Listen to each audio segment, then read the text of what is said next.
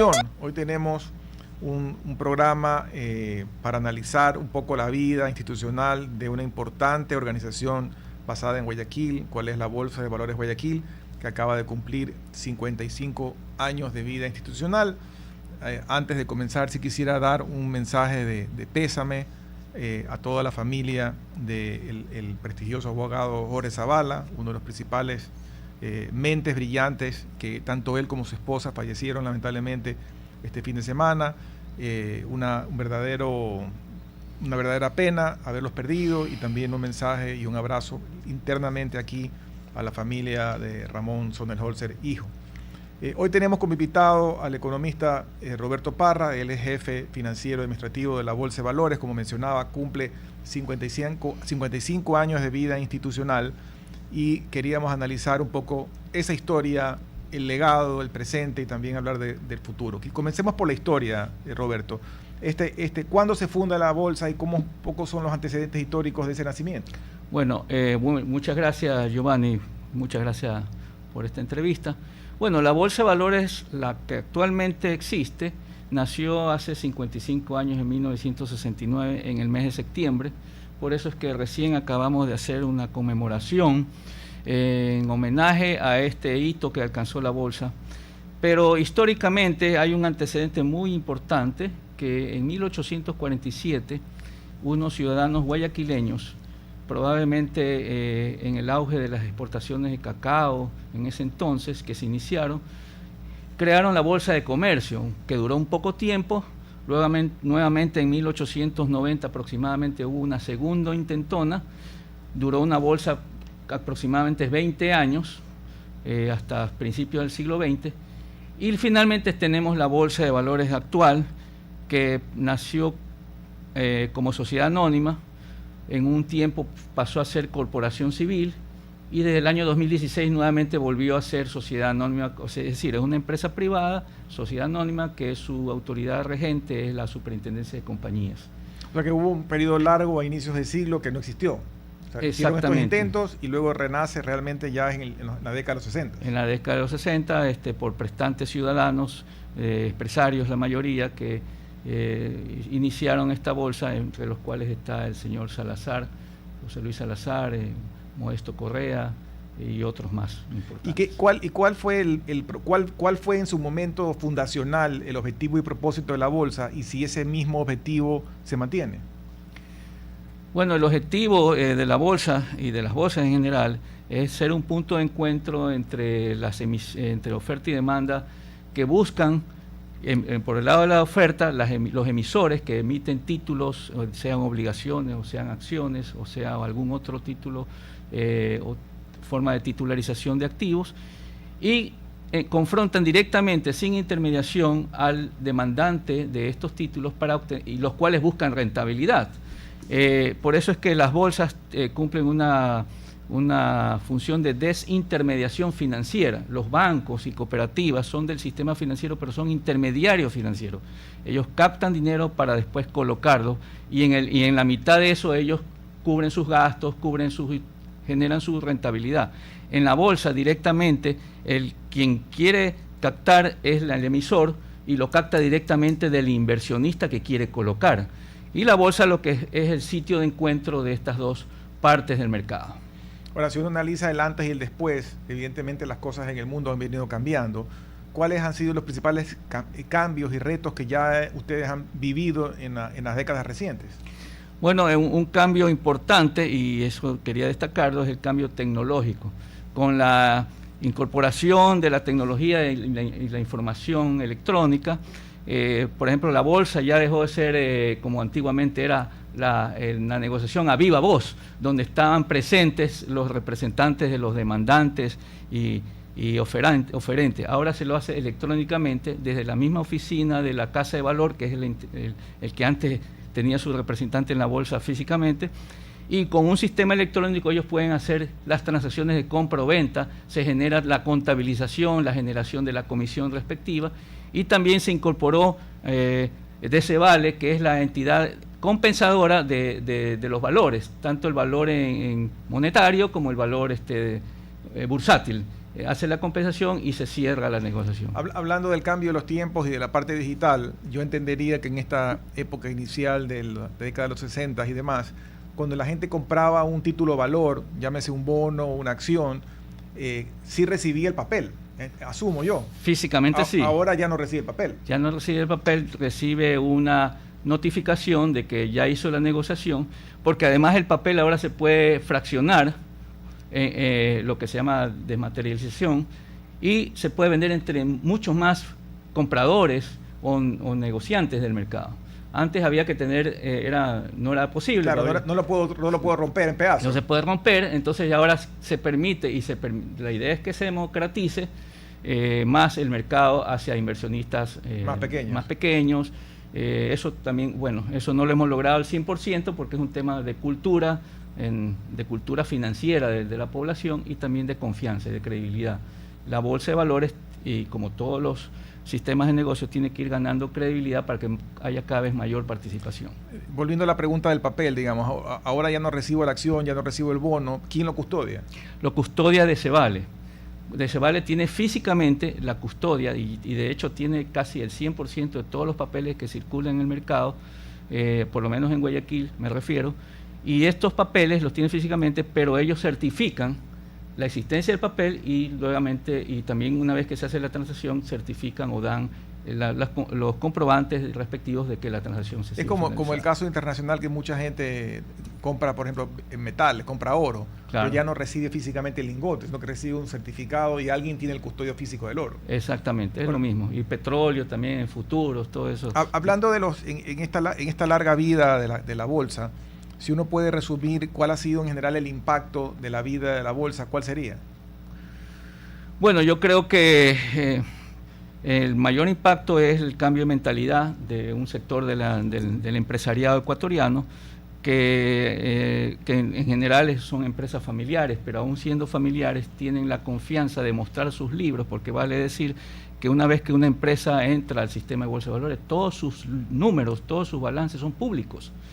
Y el inversionista tiene que tener acceso a esos números para poder tener confianza en invertir. Entonces, esas empresas que emiten tienen que mostrar sus balances, mostrar sus números, mostrar que están debidamente auditados, debidamente calificados por una calificadora de riesgo, y ese cambio de mentalidad es importante. Ahora, no hay en la extensión que quisiéramos, hay empresas importantes en el mercado, digamos el Supermaxi, el Rosado, bancos también que están haciendo emisiones, pero el deseo de la bolsa es que cada vez este número aumente y cada vez haya más personas que se interesen en invertir en Aquí hay una cifra que ustedes me enviaron en un documento que a mí me llama la atención, porque dice que hasta el 2 de septiembre del 2024 la Bolsa de Valores de Guayaquil ha negociado aproximadamente 110 mil millones, apoyando a más de 1.000 empresas y 2.000 emisores e inversionistas en la obtención de capital. Digamos, para mí esto es una cifra enorme, pero yo entiendo que dentro del contexto regional el Ecuador todavía tiene un mercado de valores pequeño. Sí, en el contexto proporcionalmente hablando. Primero con nuestros vecinos, nosotros somos mucho más pequeños que Colombia, Perú y Chile. Pero y por eso es que una de las directrices de esta administración, que la dirige el economista Rivadeneira, es más bien apuntar a países que por vocación han invertido, por vocación, porque lo han hecho porque lo decidieron autónomamente en Ecuador, y que probablemente en tamaño relativo estamos más cerca de ellos que lo que es Colombia y Perú. Y estos países son los países centroamericanos. Y también, y digo por vocación porque muchas inversiones en empresas ecuatorianas o fusiones que se han dado directamente entre inversionistas de estos países se han hecho en Ecuador. Pero muchas de estas transacciones que hay de empresas grandes centroamericanas, que yo las defino como multilatinas, ¿no se han hecho dentro del contexto de la bolsa o sí? No se han hecho entre contextos, se han hecho por negociaciones directas, por compra directa de acciones en la mayoría de los casos. Ahora, Roberto, tú mencionaste algo que a mí me llama la atención porque yo tengo la visión de que todo esto debería ser mucho más democrático, porque a veces la bolsa funciona para bien de los que ya tienen acceso al mercado financiero, ya sea a la banca o a los bonos o a las acciones o lo que sea. Y que todavía falta un camino de recorrido para que se democratice tanto del lado del inversionista que quiere invertir como del lado del que necesita capital. ¿Me equivoco o no?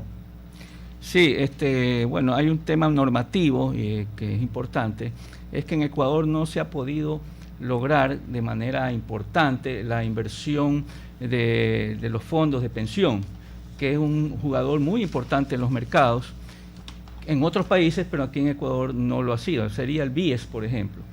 Eso impulsa mucho a las bolsas de valores. El otro tema es que la legislación, no quiero juzgar porque no es mi tema estar opinando sobre eso, pero el inversionista a veces prefiere el banco como un lugar para colocar su dinero, aun cuando el banco a veces no le da la rentabilidad, pero en el imaginario está que el banco da más seguridad. Más seguridad. Entonces, porque eso es lo que se piensa. No así las empresas, porque a veces el pequeño o grande inversionista no conoce o no se profundiza mucho en este conocimiento. Sin embargo, la Bolsa de Valores publica toda la información de todas las empresas emisoras. Pero a veces yo digo que los ecuatorianos somos bichos raros porque concuerdo contigo con lo que mencionas de que la gente tiene su imaginario más bien ese perfil de seguridad, que prefiero poner una póliza en un banco, sobre todo los conocidos. Pero al mismo tiempo hay esa tendencia, pero también históricamente ha habido los que colocaron, por ejemplo, en la total informalidad. ¿Te acuerdas del caso del notario Cabrera y otras cosas así? Y de Don Nasa. Exacto, y Don Nasa hace poco. Entonces, la historia se repite. Entonces, hay estos dos extremos, ¿no? De una frontal búsqueda de seguridad, pero también hay estos que no buscan... Esos casos son realmente excepcionales y no solo pasa en Ecuador, pasan hasta en las mejores familias, en los países hasta desarrollados. El famoso Ponzi, el sistema Ponzi, que es italiano, de allá vino eso, o sea que de allá vienen estas historias, pero eso yo creo que responde a un tema de codicia, de avaricia, que lamentablemente es un sector, creo que pequeño de la población, pero que piensa que con eso van a obtener una rentabilidad que al final resulta ser una quiebra total. Antes de regresar a este tema del democratizar el capital o los capitales, vámonos a hablar un poco de los hitos institucionales. Entiendo yo que dentro de este periodo de trabajo, sobre todo el año 2020-2024, uno de los ejes de trabajo de la Bolsa ha sido fortalecer la estructura de gobernanza o del gobierno corporativo. ¿Qué han hecho ustedes en ese sentido? Sí, eso es muy importante comentarlo. Uno de los hitos, y realmente son 3 hitos lo que yo quisiera exponer en este día. Primero, el gobierno corporativo, que está liderado principalmente por el directorio, que en representación de los accionistas ejerce una administración sobre la bolsa. Directorio que a su vez está formado preferentemente por empresarios o personajes que no pertenecen al sistema bursátil, porque hay una restricción. Los dueños de casa de valores tienen un porcentaje hasta el 30% de participación. El resto de los miembros del directorio son independientes y eso le da un carácter muy independiente a la hora de tomar decisiones en la bolsa. A su vez, estatutariamente tenemos el comité ejecutivo que trabaja un poco más de cerca con la gerencia general de la bolsa, ya en la parte operativa de negocios. Pero todo este gobierno también está reforzado y mucho más en esta administración desde el año 2020 con comisiones formadas por directores. Por ejemplo, hay varias comisiones importantes. Una es la comisión de cumplimiento. La comisión de cumplimiento lo que más busca es que la bolsa se rija a las normas de la superintendencia de compañía, principalmente en los temas de protección contra la corrupción, lavado de activos y antiterrorismo. Esa es una labor muy importante que la bolsa tiene que ejercer. Otra es la autorregulación. Por ley tenemos que autorregularnos. Y tercero, tenemos temas tecnológicos, temas gerenciales, etcétera. Este gobierno corporativo se caracteriza por ser transparente y por rendir cuentas. Son las dos más importantes, bueno, entre otras, pero tiene la obligación de rendir cuentas todos los meses. Desde que al menos yo estoy, que ya llevo más de 3 años, no ha habido ni un momento que se haya suspendido un directorio o un comité ejecutivo. Todos se han cumplido y todos van llevando mes a mes el timón de la Bolsa de Valores. Y esos directorios, digamos, lo que sale de esos directorios, las actas, las resoluciones, ¿eso queda en algún lugar visible? Está en actas y lo que disponen se tiene que cumplir. Bueno, ellos revisan una serie de informes, informes financieros, informes tecnológicos, informes de mercado, de la gestión del mercado, de operaciones, informes referentes al cumplimiento de la normativa bursátil, y todo eso se tiene que cumplir porque es la máxima autoridad, el directorio, y se ha ido cabalmente haciéndolo así. También el segundo aspecto que yo quisiera destacar es el aspecto tecnológico. En los últimos 4 años, y especialmente en los últimos 2 años, la Bolsa ha hecho una inversión muy importante en tecnología. No solo tecnología para mejorar procesos, sino también tecnología para proteger la información, para tener un backup en caso de pérdida o de hackeo. Tenemos la posibilidad de no suspender o de continuar el negocio. De hecho, tenemos un protocolo de continuidad de negocio. Y con la ley de protección de datos y con las leyes de antisobornos, tenemos también que hacer un manejo tecnológico de toda esa información para que sea transparente y sea en línea. Entonces, esta inversión y además dentro de esa inversión, nosotros hemos lanzado un servicio que se llama Intecap, que es un servicio... Intecap. Sí, Intecap, que es un servicio para que las casas de valores puedan registrar sus transacciones, puedan hacer sus contabilizaciones en línea con la bolsa. Esto está operando actualmente en 4 casas de valores y se irá incrementando conforme iremos penetrando en el mercado. Y ese servicio pues supera todo, ya existía antes, el anterior se llamaba Caside, pero por temas tecnológicos, por temas de memoria y de respaldo también informático, ahora se ha hecho este nuevo servicio que presenta mucha más seguridad. ¿Y son plataformas desarrolladas internamente o son adquiridas? No, son desarrolladas por el personal de la bolsa. Obviamente nosotros tenemos unos contratos con asesores que también nos ayudan en el desarrollo de los programas, pero bajo la directriz, bajo la necesidad de que sea un traje a la medida de la necesidad de la bolsa. Y además también dando la seguridad del caso, porque hoy en día abundan los abusos, los hackeos y todo, ¿no? Claro, la suplantación de entidades. Es decir, ahora el tema, incluso en el tema de seguridad de la información, que es el tema, hay una ley, hay una normativa que hay que aplicar para poder garantizar de que la información que la bolsa maneja de sus clientes, de sus proveedores, de las casas de valores, esté debidamente protegida contra todos estos ataques que existen en el mundo informático. Inclusive también tienen que cumplir con toda esta legislación nueva de datos personales, ¿no? Sí, toda esta información. También nosotros ya desde hace un año empezamos a aplicar la normativa de datos personales, empezando por los datos personales de nuestra propia gente, nuestros colaboradores, que firman contratos, que están seguros, sus datos son muy importantes. Los datos de los proveedores también están protegidos y hay un protocolo y unas políticas de manejo, y los datos de funcionarios en esta estructura de gobernanza, en este buen gobierno corporativo, porque uno de los principales clientes, entre comillas, de ustedes son las casas de valores. O sea, cuando ustedes tienen esa relación día a día, ¿las casas de valores participan de alguna forma en esta estructura de gobernanza o cuándo se sientan ustedes con ellos, inclusive para entender sus problemas? Nosotros tenemos en nuestro organigrama la asesoría y técnica a casa de valores, que también ha sido fortalecida en esta administración, donde conjuntamente con ellos, se hace una revisión de su estado, de sus informes, de su situación financiera y de sus transacciones. Y a través de estos exámenes se determinan qué hay que corregir, qué hay que ajustar, con la idea de mejorar y transparentar todo lo que hacen ellos en concordancia con la Bolsa de Valores y la normativa que nos rige a ellos y a nosotros. Es una especie de consultoría, pero es una consultoría recomendando mejoras.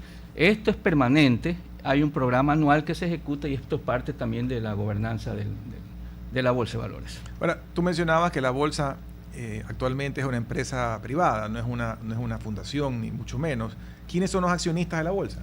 La Bolsa de Valores tiene 104 accionistas, la mayoría, el 65% aproximadamente, son las casas de valores. Ellos son los dueños sin embargo ellos no son mayoría en el directorio, entonces, okay, pero son dueños de la inversión. Y recalqué que es sociedad anónima porque a veces hay gente del público que cree que somos una entidad pública, okay, o que somos un banco, o que la bolsa tiene que garantizar, qué sé yo, inversiones. No, la bolsa es un punto de encuentro de oferta y demanda bursátil, bajo términos de transparencia, bajo términos de claridad del mercado. Pero el hecho que sea una entidad privada también significa que tiene que someterse a las leyes de superintendencia de compañía, de la Intendencia de Mercado de Valores, del régimen monetario financiero que rige nuestro país, que ahí hay un capítulo en la ley especial para las bolsas de valores, y rendir cuentas.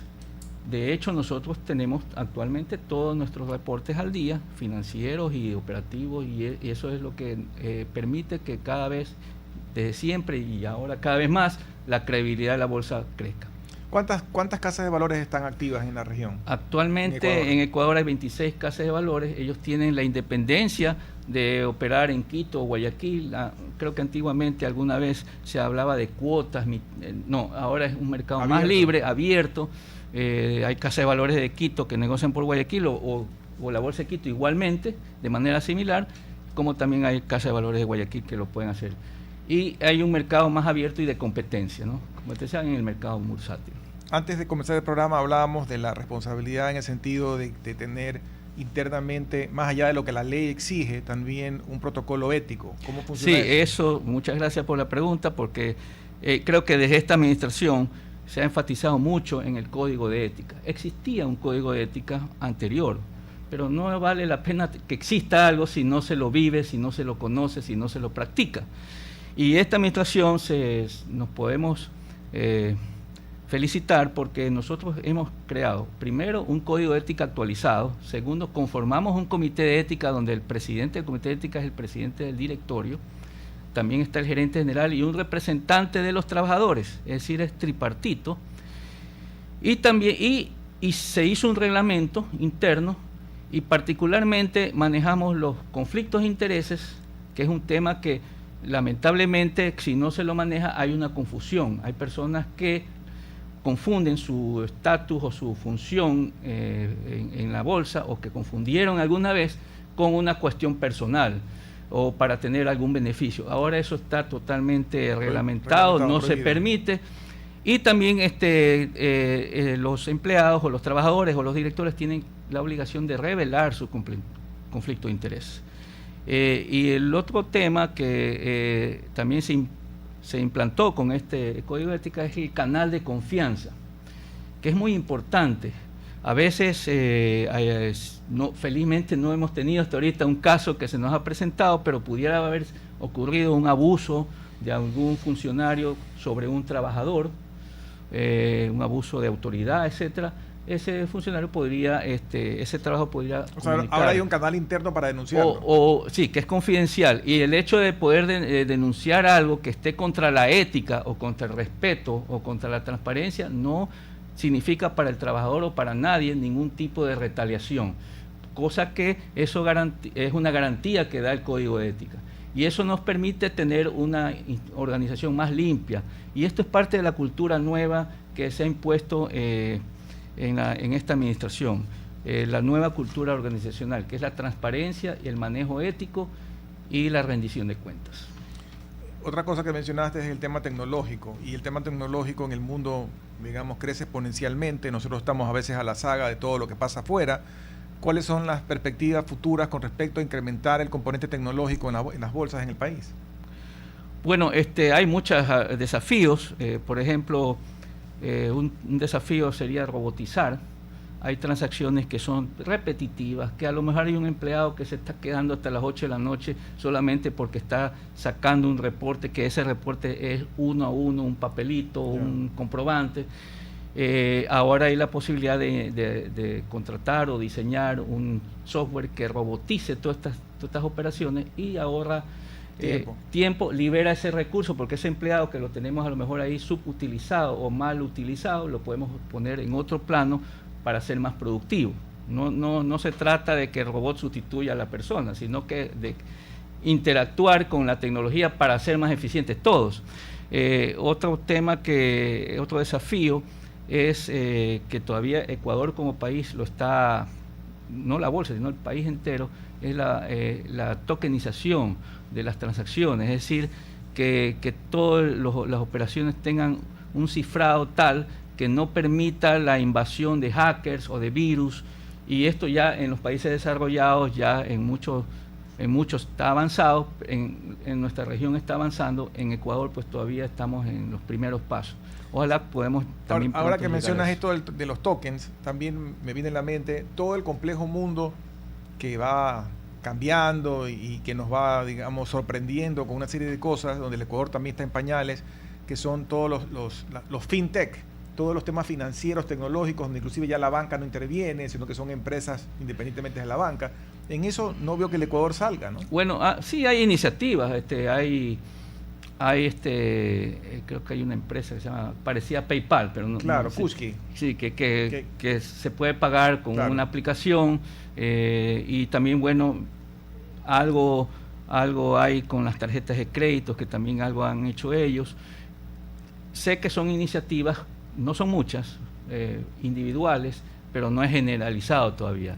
Pero por lo menos estamos avanzando. Yo creo que todos estos temas, al principio, yo creo que Ecuador siempre es así. Somos los más lentos, pero una vez que como que agarramos la comba al palo, corremos más rápido que otros. ¿Y esto de la tokenización depende de qué? Bueno, primero probablemente de una legislación, que creo que ya está prevista la legislación. Lo que pasa es que depende más bien de una inversión importante ya del sector empresarial para tener esa tecnología, porque todavía es algo que no solo la tecnología, sino el equipo humano debidamente entrenado, preparado para que esto se haga de la mejor manera. Bueno, tenemos que irnos a un corte breve y regresamos en unos minutos para seguir con interesando sobre los cambios que se han dado en estos 55 años de vida institucional. Hay muchos temas en el mundo moderno que son a veces exigencia y a veces son parte, digamos, de lo que se requiere en los tiempos. Por ejemplo, los temas de género. Ustedes en la bolsa, ¿cómo están con respecto al tema de el balance de género dentro de la gente que trabaja y colabora con ustedes? Sí, ese es un tema muy importante para la Bolsa de Valores. Primero, somos miembros del conglomerado 30% Plus, que es un conglomerado que promueve que por lo menos el 30% de la organización y de los directivos principalmente sean mujeres. Nosotros ya cumplimos con esa cuota y la idea es ir creciendo a más, ojalá sea el 50% en un tiempo corto. A nivel de la nómina del personal, nosotros tenemos el 70% de nuestro personal es femenino, y dentro de ese personal hay 2 ejecutivas, la abogada institucional, su gerente de organización y métodos son mujeres y son ejecutivas, y tenemos todo el personal femenino. Y también asimismo estamos promoviendo su mayor empoderamiento dentro de la organización. Quería también señalar que en esta administración hemos renovado también, hemos hecho una renovación generacional. Hasta hace 4 años, el 65% del personal tenía más de 20 o 15 o más años de trabajo en la institución. Ahora nosotros tenemos una nueva generación. Ahora el 60% de la organización son trabajadores nuevos, jóvenes profesionales con buena formación, maestría en tecnología, en contabilidad o finanzas. Y eso asegura el cambio generacional que la bolsa tendrá que vivir en los próximos años. Y también el cambio de esta edad también significa que nosotros en la edad promedio del personal también se ha reducido a un promedio de entre 25 a 35 años. Lo que estamos asegurando es que la bolsa tenga una existencia que trascienda pues la actual administración con un personal sólidamente preparado, que le damos la capacitación de vida.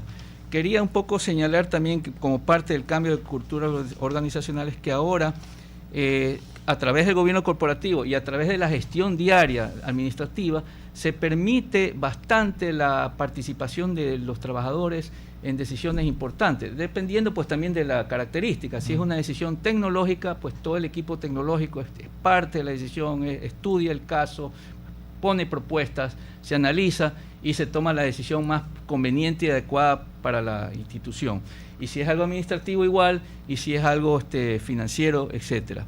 En lo financiero incluso se creó un comité financiero la bolsa maneja su liquidez, nosotros hacemos colocaciones también en el portafolio que nos garantiza un poco nuestro patrimonio, y tenemos un comité financiero donde también participan trabajadores y participan el presidente de la bolsa, el gerente comercial y un personal de tesorería, tratando de hacer las mejores decisiones posibles en el ámbito financiero.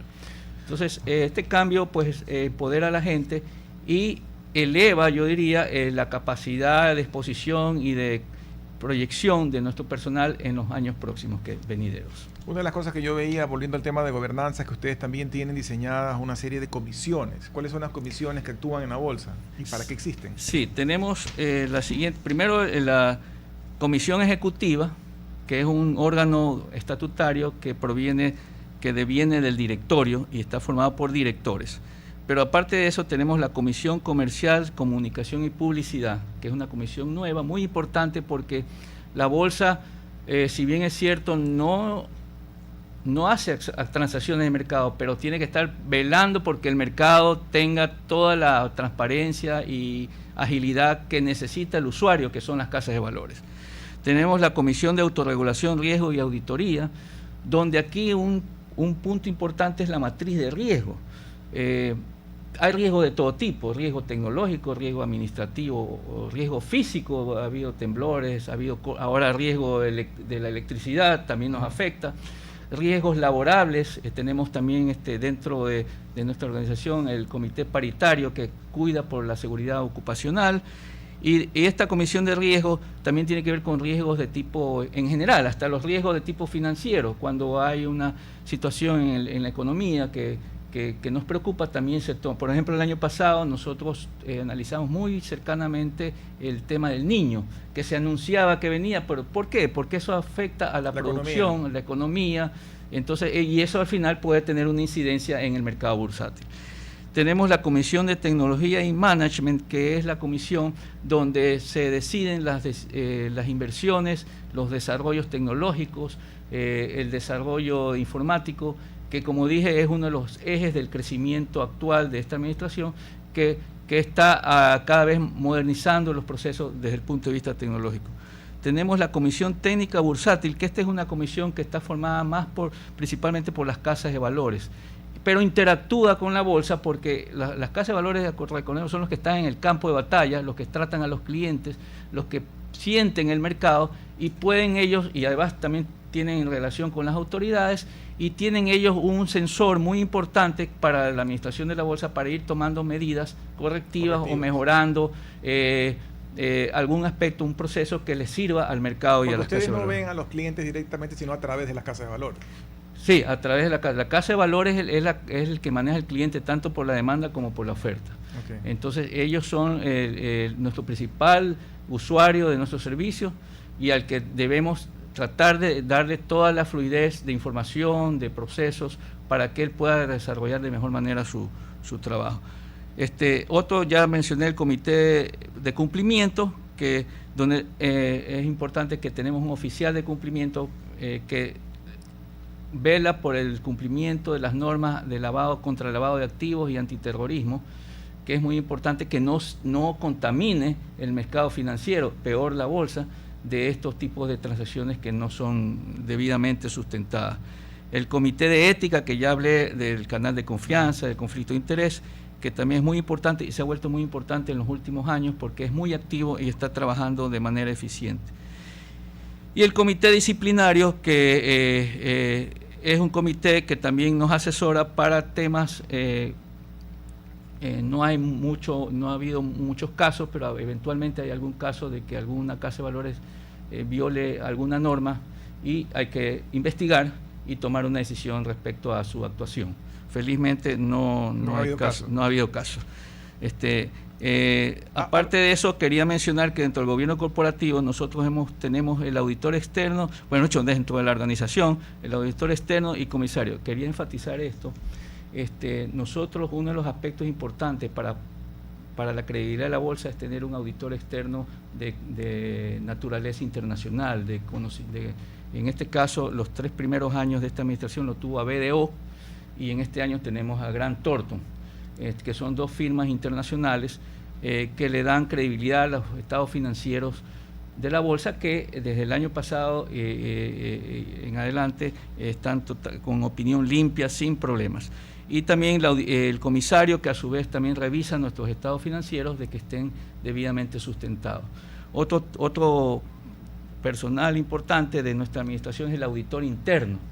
La auditoría interna nos permite continuamente establecer normas de mejora en el control interno y en la transparencia de nuestra información financiera y procedimientos administrativos. Y él juega un papel importante en todo este gobierno corporativo de la Bolsa de Valores. Hablando de innovación y de futuro, uno de los temas que entiendo que ustedes han ido trabajando, pero todavía falta un camino por recorrer, es de nuevos productos financieros, por ejemplo los bonos temáticos, bonos violetas, bonos verdes, bonos azules. ¿Qué han hecho y qué piensan hacer a futuro?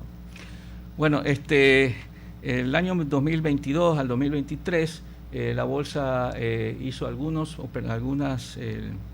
lanzamientos de bonos temáticos.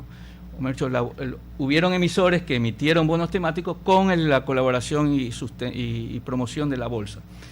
Esto es muy importante porque los bonos temáticos se emiten en el marco de los Objetivos de Desarrollo Sustentable que declaró las Naciones Unidas y que principalmente tiene varios enfoques. Primero, el enfoque ambiental.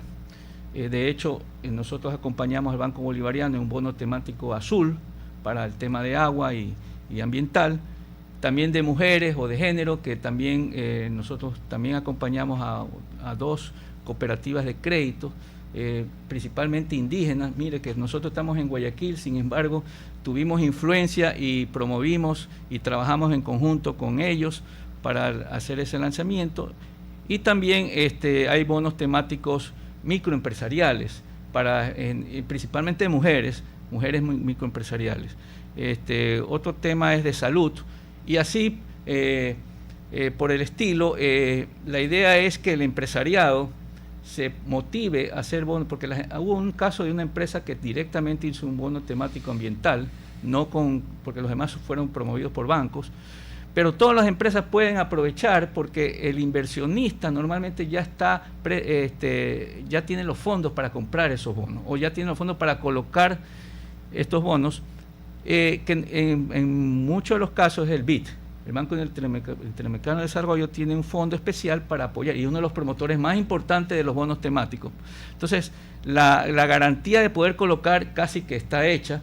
El tema es que somos los empresarios los que tienen que un poco interesarse cada vez más en que esta es una oportunidad para desarrollar. ¿Y qué falta para que se interesen más? Bueno, informarse más. La Bolsa de Valores está a la disposición de ellos para que nos visiten. Les podemos explicar. También hay las páginas web de la Bolsa o de otros bonos temáticos que se han emitido. Y comprometerse y decidir. Pueden haber empresas, por ejemplo, el agua es un tema, empresas de agua potable. La energía es otro problema. La salud es otro tema que también está en los objetivos. Una institución que se dedica al servicio de salud podría, yo estoy hablando en teoría, pero estoy lanzando que hay posibilidad de crecer. Tú has tocado un tema álgido que es el de la energía, que nos tiene sufriendo a todos, por no decir pariendo en términos tubios. Uno podría diseñar un producto como para captar recursos privados, inclusive hasta de pequeños y medianos ahorristas, para crear un portafolios importantes de nuevas inversiones. Si el gobierno libera esa fuerza creativa del sector privado, podríamos resolver de una vez por todas el problema energético. Por supuesto, y no es nuevo en Ecuador. Ya existen en el mundo proyectos hidroeléctricos que titularizan su inversión, la venden en la bolsa y los accionistas de esa planta eléctrica son miles de personas y toda la recaudación de la facturación del consumo va a un fideicomiso que paga a los inversionistas, y si hay algún pasivo, porque a veces se necesita también de un banco que financie, paga el pasivo. Paga primero el pasivo, paga a los inversionistas y queda un remanente para la administración. Todo eso se puede estructurar de manera perfecta. Lamentablemente, pues,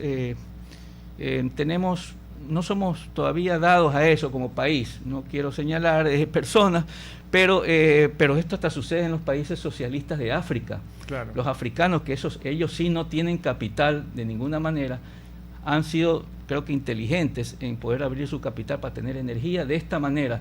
Y el Estado no pierde soberanía, porque estos son concesiones.